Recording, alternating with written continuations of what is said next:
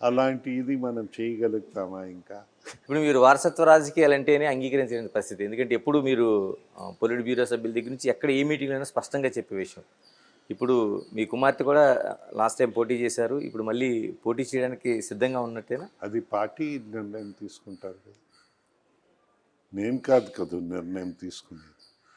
Last time last మినిట్లో party పోటీ చేయమన్నారు, వారు చేస్తారు, పార్టీ నిర్ణయం తీసుకుంటారు.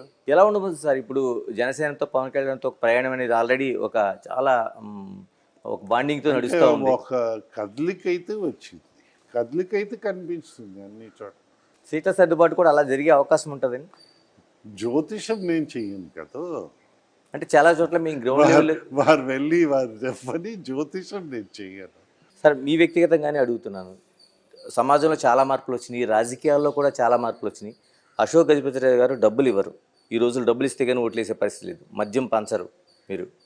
తర్వాత ఏ విధమైన ప్రలోభాలు చెప్పరు. ఏదైతే వాస్తవం ఉందో అక్కడికే మీరు పరిమితం అవుతారు. ఇలాంటి రాజకీయాలు నిజంగా ప్రజల్లోకి వెళ్తున్నాయంటారా? వాళ్ళు అంగీకరిస్తున్నారా? మీలాంటి వాళ్ళని ఏమైనా వాళ్ళు యాక్సెప్ట్ చేసే పరిస్థితులు ఏమైనా కనిపిస్తున్నాయా? చూడు, ఇప్పుడు పార్టీ మీరు పోటీ చేయమంటే అడిగేటప్పుడు మీరు గెలిచే అవకాశం ఉందనే కదా పోటీ చేయమంటారు, లేకపోతే చేయమని అనరు కదా. That is one type of indication.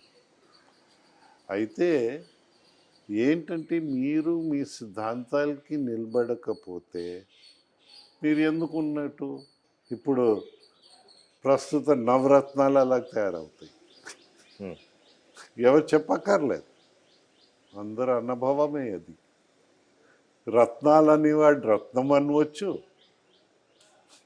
ఇదంతా బోగస్ అని నమ్మేవాళ్ళు ఎక్కువ, జరగవచ్చు. ఓకే, నువ్వు అమ్మకానికి అనుకో పెట్టావు నీ ఓటు, ఎవరు కొంటారు నీ ఓటు? వ్యాపారం చేసేవాళ్ళు, రాజకీయ వ్యాపారం చేసేవాళ్ళు, అంతే కదా.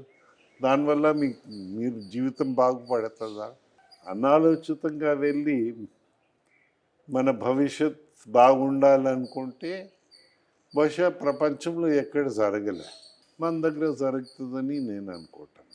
సక్సెస్ స్టోరీస్ ఉంటాయి, ఫెయిలియర్ స్టోరీస్ ఉంటాయి, పార్షియలీ సక్సెస్ ఉంటాయి, పార్షియలీ ఫెయిలియర్ ఉంటాయి. ఇప్పుడు సింపుల్ థింగ్, మన దేశం మొత్తం తీసుకో, first prime minister non aligned అన్నారు, ఎక్స్టర్నల్ అఫైర్స్ నీట్గా తీసుకెళ్లారు. నాన్ అలైన్డ్లో మన ప్రస్తుత ప్రధానమంత్రి ఏం చేస్తున్నారు? మల్టీ అలైన్డ్ అంటున్నారు. చేసిన పనులు తేడా ఉందా ఆ నాన్ అలైన్డ్కి మల్టీ అలైన్డ్కి?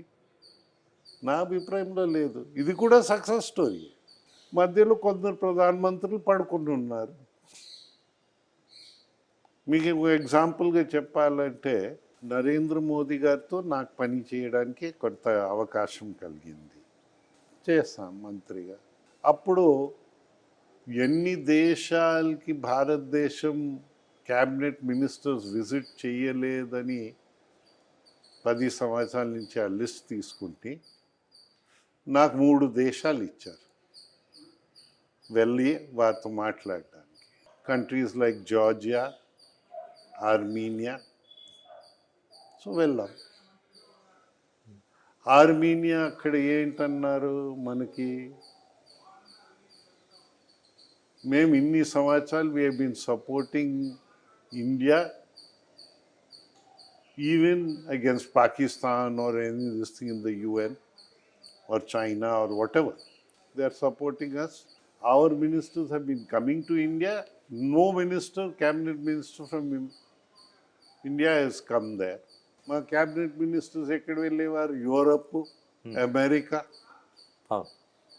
ఆఫ్రికా కూడా చాలా దేశాలు వెళ్ళా. నేను రాగానే నరేంద్ర మోదీ గారికి ఉత్తరం రాస్తాను, this my visit, this is what has happened, this is my observations. వెంటనే ఆ వైస్ ప్రెసిడెంట్ గారు అప్పుడు వెంకయ్యనాయుడు గారిని పంపించారు, ఎక్స్టర్నల్ అఫైర్స్. మీరు it's not that this simple. ఇప్పుడు జవహర్లాల్ నెహ్రూ ఏం చేస్తారు? అందరితో అలాగే అందరితో నరేంద్ర మోదీ పేరు మార్చారు, అది వేరే కథ. కానీ యాక్టివిటీ ఇప్పుడు స్లీపింగ్ కాకుండా లేసిన యాక్టివిటీ చేస్తారా లేదా? So that's one is a success story, one is a failure story. అయితే ఒక చోట సక్సీడ్ అయ్యావని అన్ని చోట్ల సక్సీడ్ అయ్యావని కాదు, ఒక చోట ఫెయిల్ అయ్యావని అన్ని చోట్ల ఫెయిల్ అయ్యేవి కావు.